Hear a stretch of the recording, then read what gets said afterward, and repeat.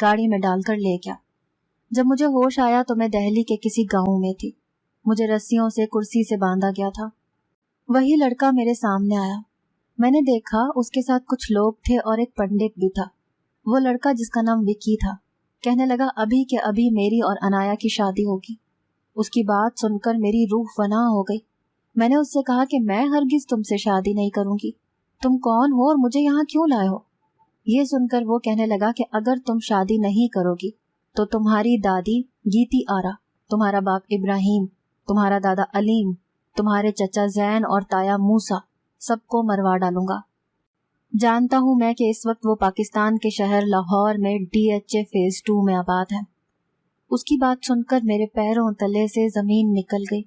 وہ مجھے اغوا کر کے لایا تھا اور اب میرے بارے میں سارا کچھ جانتا بھی تھا۔ مجھے اس سے خوف آیا۔ میں سوچنے لگی وہ کسی بڑے خطرناک گینگ سے تعلق رکھتا ہوگا اور اب اغوا کر کے میرے گھر والوں سے تاوان وصول کرے گا۔ اس نے مجھے ڈرا دھمکا کر اور پستول دکھا کر زبردستی مجھ سے شادی کر لی۔ میں اس شادی کو نہیں مانتی تھی کیونکہ 7 پھیرے لینے سے کوئی شادی نہیں ہو جاتی۔ اسلام کے مطابق ایجاب و قبول کرنے سے ہی شادی ہوتی ہے۔ میں روتی جا رہی تھی۔ آج مجھے افسوس ہو رہا تھا کہ میں کیوں دادی سے ضد کر کے دہلی آئی۔ میرے چیخنے چلانے کا بھی کسی پر کوئی اثر نہیں ہو رہا تھا۔ مجھے ایک بڑے سے کمرے میں قید کر دیا گیا۔ مجھے اپنا قصور بھی نہیں پتا تھا۔ رات ہوئی تو وہ لڑکا وکی جس نے مجھ سے شادی کی تھی کمرے میں آیا۔